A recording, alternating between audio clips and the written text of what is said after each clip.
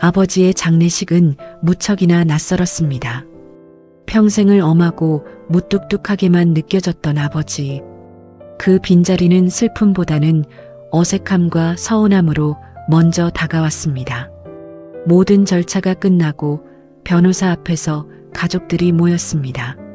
제 옆에는 늘 아버지의 자랑이었던 오빠가 앉아 있었죠. 변호사가 유언장을 읽어 내려갔습니다. 예상대로였습니다. 아버지가 평생 일군 사업체와 집, 모든 재산은 오빠의 몫이었습니다. 그리고 변호사는 제게 작은 상자 하나를 건넸습니다. 변호사가 말했습니다. 고인께서 따님께는 이 만년필을 남기셨습니다. 평생 아끼시던 물건이라고 꼭 전해달라 하셨습니다. 상자 속에는 손때 묻은 낡은 만년필 하나가 전부였습니다. 어이가 없어 헛웃음이 나왔습니다. 오빠는 저를 보며 가식적인 위로를 건넸습니다. 아버지가 이걸 무척 아끼셨어. 너한테는 이게 더 의미 있을 거라 생각하셨나 보지. 너무 서운해 마라. 그 위선적인 표정을 보는 순간 가슴속에서 무언가 울컥 치밀어 올랐습니다. 저는 아무 대꾸도 하지 않고 자리에서 일어났습니다. 집에 돌아와 상자를 열어보았습니다. 낡고 다른 만년필, 평생 저를 냉대하고 오빠만 편애했던 아버지의 모습이 그대로 담겨 있는 것 같았습니다. 서러움과 분노에 휩싸여 저는 만년필을 쓰레기통에 던져버리려 했습니다. 바로 그 순간이었습니다. 만년필을 쥔 손에 무언가 걸리는 느낌이 들었습니다. 뚜껑을 돌려 열자 안쪽에 단단히 말려있던 작은 종이 조각이 툭 하고 떨어졌습니다. 30년은 좋게 넘었을 누렇게 바랜 종이였습니다. 혹시나 하는 마음에 떨리는 손으로 종이를 펼쳤습니다. 아버지의 필체가 분명했습니다. 딸에게 남기는 애정 어린 편지일지도 모른다는 마지막 기대감. 하지만 그 내용은 제 모든 상상을 산산조각 냈습니다. 그것은 편지가 아니었습니다. 한 남자의 인생을 무너뜨린 추악한 범죄의 고백서였습니다. 아버지는 젊은 시절 가장 친한 친구와 함께 사업을 준비했다고 합니다. 하지만 결정적인 순간 아버지는 친구의 사업 아이템을 훔쳐 그를 배신하고 자신의 사업을 일으켰습니다. 편지에는 이렇게 쓰여 있었습니다. 내가 평생 이룬 모든 것은 친구의 눈물과 배신 위에 세운 모래성이었다. 그 녀석에게 씻을 수 없는 죄를 지었다. 이 비밀을 무덤까지 가져가려 했으나 도저히 그럴 수가 없구나. 온몸의 피가 차갑게 식는 것 같았습니다. 제가 알던 아버지는 어디에도 없었습니다. 그저 성공한 사업가인 줄로만 알았던 아버지의 성공 뒤에는 한 친구의 몰락이 있었던 겁니다. 저는 이 사실을 오빠에게 알려야 한다고 생각했습니다. 며칠 후 저는 편지를 들고 오빠를 찾아갔습니다. 저는 자초지종을 설명하며 아버지의 고백을 전했습니다. 오빠, 아버지 유품에서 이게 나왔어. 우린 이걸 바로 잡아야 해. 아버지 친구분 가족을 찾아서 사죄하고 재산을 돌려드려야 한다고 생각해. 제 말을 듣는 오빠의 표정이 싸늘하게 굳어졌습니다.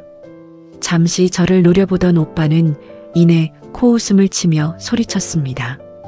미쳤구나. 내가 유산 못 받은 게 그렇게 억울해서 이제는 돌아가신 아버지를 모욕해? 어디서 이런 가짜 편지나 만들어서 사기칠 생각을 해? 가짜라니! 이게 아버지 필체인 거 오빠도 알잖아. 시끄러워. 당장 이 집에서 나가. 다시는 내 눈앞에 나타나지 마.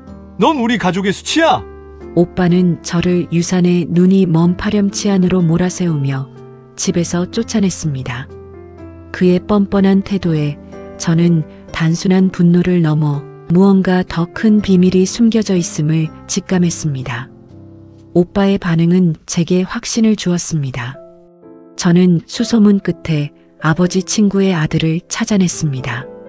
그는 도시 외곽의 허름한 집에서 힘들게 살아가고 있었습니다. 조심스럽게 아버지의 편지를 보여주자 그는 한참 동안 말이 없다가 떨리는 목소리로 입을 열었습니다. 아버지는 평생 저희 아버지의 아이디어를 훔쳐간 친구를 원망하다 돌아가셨습니다. 한때는 정말 좋은 집안이었는데 그 일 이후로 모든 게 무너졌죠. 저는 평생을 가난에 시달리며 살았습니다. 그의 이야기를 들으며 저는 아버지의 죄가 한 사람의 인생뿐만 아니라 그의 가족 전체를 무너뜨렸다는 사실을 깨달았습니다. 가슴이 미어졌습니다. 이제 제가 무엇을 해야 할지 분명해졌습니다. 저는 아버지 친구의 아들과 함께 다시 오빠를 찾아갔습니다.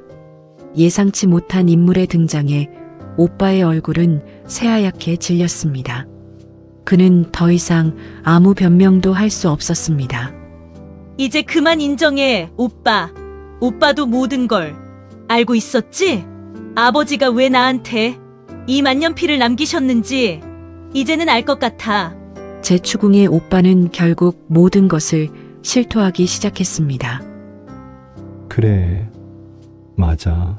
아버지는 임종 직전에 모든 걸 고백하셨어. 재산을 원래 주인에게 돌려주라고. 그게 마지막 유언이었어. 오빠의 고백은 충격적이었습니다. 아버지는 임종 직전 오빠에게 모든 사실을 털어놓고 재산을 친구의 가족에게 돌려주라 유언했던 것입니다. 하지만 불을 독차지하고 싶었던 오빠는 아버지의 유언을 무시하기로 결심했습니다. 오빠는 아버지가 마지막 힘을 다해 제게 남긴 만년필의 비밀을 영원히 묻어버리려 했던 것입니다. 만약 제가 그 만년필을 그대로 버렸더라면 진실은 영원히 묻혔을 겁니다. 내가 그 만년필을 그냥 버릴 줄 알았어.